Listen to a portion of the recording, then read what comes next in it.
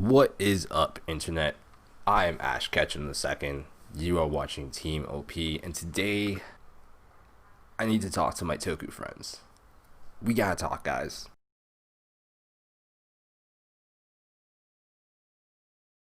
If you know me, you know I love tokusatsu. Super Sentai, Kamen Rider, Garo, the occasional Ultraman, although the Netflix series has been kinda interesting. But I digress. Today, I want to talk about an article I found online a couple of weeks ago about the newest Kamen Rider show, Kamen Rider Saber. I'll post a link to the article in the description. But to summarize, this article by Daisuke Toki is about the negative press that the show's been getting, even though it's only 8 episodes in. It's from early November of this year. At that same point, the show had just finished episode 8 and was looking to episode 9.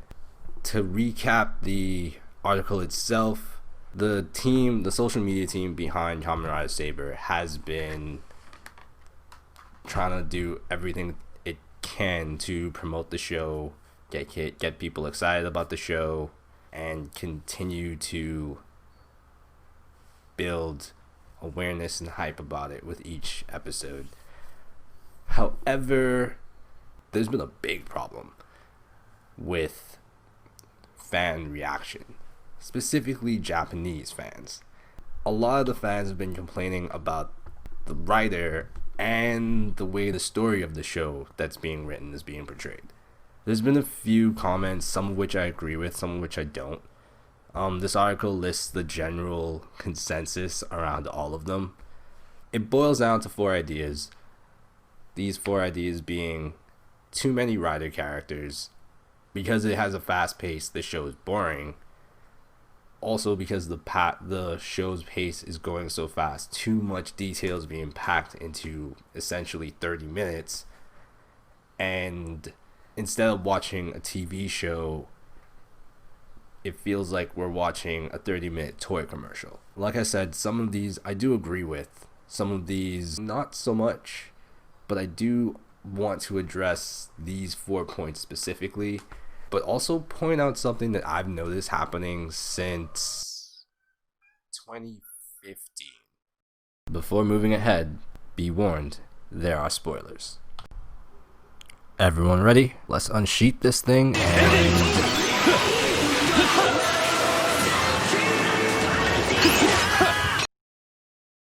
Let's start with a brief summary of what this show is really about.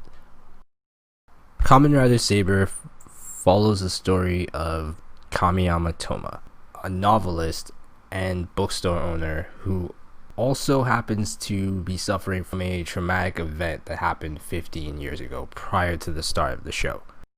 Within the first 2 to 3 episodes, we learned that traumatic event, something that he's always thought was a dream, actually happened, and he's been chosen by the Sword of Flames to help protect the balance of his world and the Wonder World, a world that is somehow powered by books, imagination, and creativity.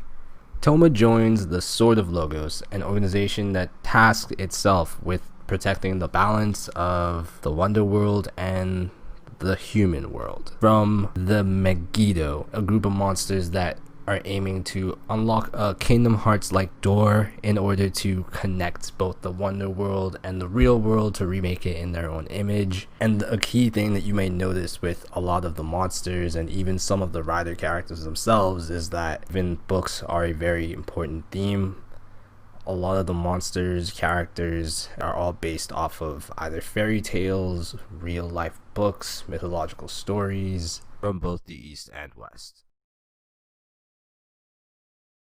Before I go into the individual negative criticisms, the 4 points that I plan to address for the rest of this video, I want to say that I actually enjoy Saber. At the time of this recording, we are about 4 days 4 or 5 days away from episode 16, which more or less I believe will be the start of the next arc of the show. And the last 15 episodes, in my opinion, while they have felt rushed in terms of the story, in terms of the overall general idea of the show, the way it's been portrayed, the characters, and really the little differences that they've included as opposed to the rest of the 5 years prior. Another point that I'm gonna address,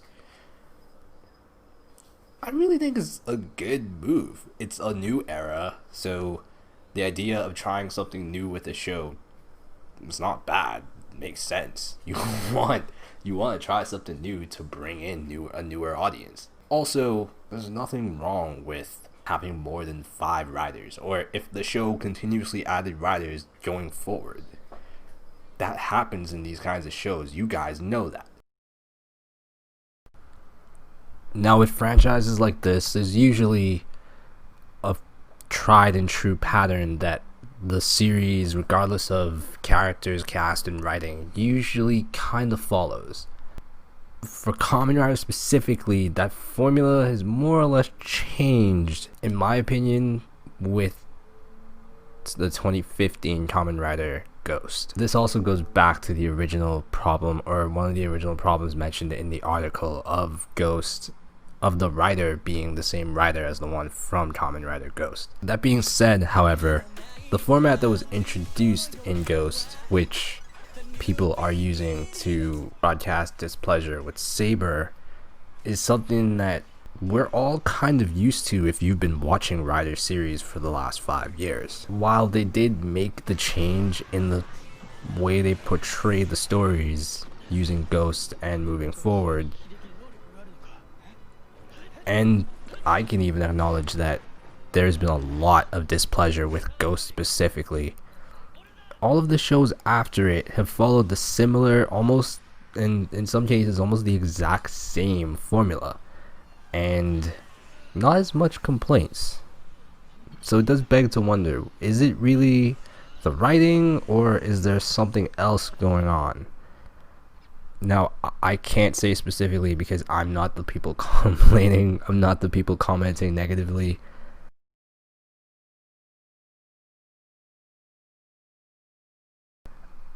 But it does beg the question. So let's address these points one by one, starting with the problem of too many writers. Now, I will admit, in terms of the first 15 episodes, we've had a debut of a new writer character every more so 2 to 3 episodes, and in some cases we've had 2 writers show up. While this is somewhat disturbing, I do want to point out that this is something that has happened even before the formula change that I mentioned with Ghost. Kamen Rider Gaim had almost 10 characters introduced in its first 15 episodes, and it later went on to become one of the best stories the franchise has ever produced. I feel for those who are upset with the frequent debut of rider characters, but this is a problem that I feel more or less can be attributed to the format being changed, not necessarily to this story specifically. Now, the introduction of almost 7 characters within the first 15 episodes is a little bit problematic in terms of the story and the synopsis of the show when it was introduced. This one seems a little bit more acceptable, at least in my opinion. My main issue is now that they have all these characters and they've kind of introduced them, they're showing how they're using some characters some episodes and some characters not in other episodes. I'm curious to see where they go from here. To the point of too many details being packed into 30 minutes, this is also something that was not always a thing with the franchise and happened with the formula change I mentioned earlier. I agree with this one, as the stories themselves could be portrayed in different ways where newer characters get proper introductions, proper transitions, and integrations into the story, plot lines that have been teased or hinted get properly addressed. These are all things that I feel the franchise did perfectly prior to 2015, and then after 2015 began to slow down on. In a sense, you can also see this particular detail through the quality of even the monsters in the stories. After 2015, we had a lot of recycling of older monsters, like the monsters that were in the first 15 episodes got recycled every 15 episodes with a new character popped in every now and again, but like it showed no real like creativity to show that things are changing. Now with 01, they kind of changed this a little bit. They recycled the monsters from the first 10 to 15 episodes and then introduced other monsters alongside those. That was a formula I at least could work with. It showed some level of creativity and you had more fluidity and even more options as to how you could play with a monster of the week storyline.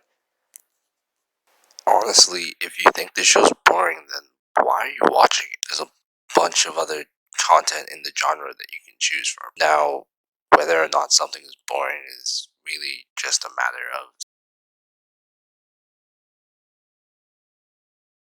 subjectivity. However, you do have the option, if you find the program boring, to discontinue watching it. If you're gonna keep watching it, there has to be a reason why you think it's still worth watching. And I don't want to go into that because it's still an ongoing show. The question of if it's worth watching can't be answered until the final episode. If there's one thing the tokusatsu genre is known for, it is selling toys to kids. I understand those that feel watching this particular show feels like watching a toy ad more than a TV show, but keep in mind that most of the last 10 years, the companies that make these shows have basically been using the toys as plot devices to move the stories themselves along and also market them to children. So it's always been a toy ad. And yes, in a sense, because things feel rushed, it does kind of feel like a toy ad more than a TV show, but that kind of feels like a non-point. And also can be related back to the original Ghost problem. At the end of the day, I can understand why people might be disappointed with the way the show has been turning out so far. But like I said originally, I actually like Saber. The idea of swordsmen and books unorthodox has been played upon in a very interesting way in my opinion. And I'm curious to see what they do with it, whether that's introduce more rider characters, because like we've seen already, characters will exit the show, leave, not be used as much, and it's highly unlikely that they're going to add so many characters that it's going to ruin the story. Also, just because the writer from Ghost is the same writer that's currently in charge of Saber does not mean that we're going to get a bad story. Yeah, Ghost wasn't great, but give the guy a chance. At the end of well, that's it for this one. I want to thank you for taking time out of your day to listen to me. I appreciate you. If you are a member of the Tokusatsu community, I would actually like to hear your opinion on this. My opinion and the article that I mentioned. Do you agree? Do you disagree? Why not? Leave a comment. That's it for me. I hope you all enjoy the rest of your day, and I will see you next week.